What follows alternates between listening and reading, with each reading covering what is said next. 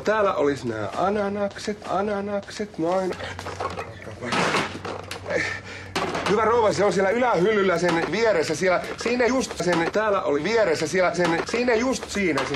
Ihan kohta tullaan, Tullaan.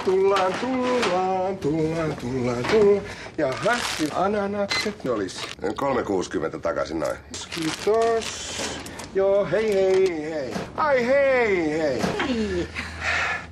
Hyvä Tani, kun tuli tätä. Mä en halua mitään rähmäkäpälää sotkemaan tänne mun säätöjä. Sä oot kyllä maailman jääräpäisin mies. Ja höpön. Toisaalta mulla on ollut kyllä niin kiire, että en mä olisi ehtinyt, vaikka mä olisin ehtinyt. Mitä sä oikein yrität?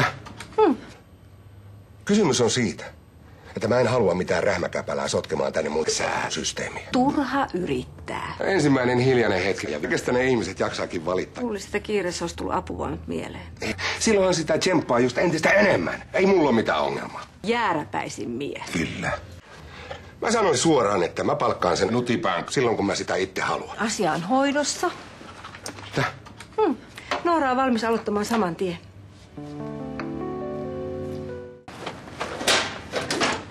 Ismo ei kuitenkaan tarvitse hinkata sitä hyllyä. No niin. Ja mene sinä aikaskuluksi vaikka hinkkaamaan noita lehtihyllyjä. Hei, mä suljen kohta, niin haetaanko pizzat? No mitä se sulle kuuluu? Kyllä se nyt vähän kuuluu. Mutta sä tunnut vihaavan kaikkia tällä hetkellä. No. Taniallekin kiukuttelit kuin mikäkin. Hänkä kiukutellut asiasta huomautin. No sä hehkutti sun työpanosta. No niin täällä.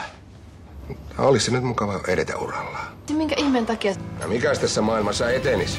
Kun naisten bisnes. Mä en siis voi ymmärtää...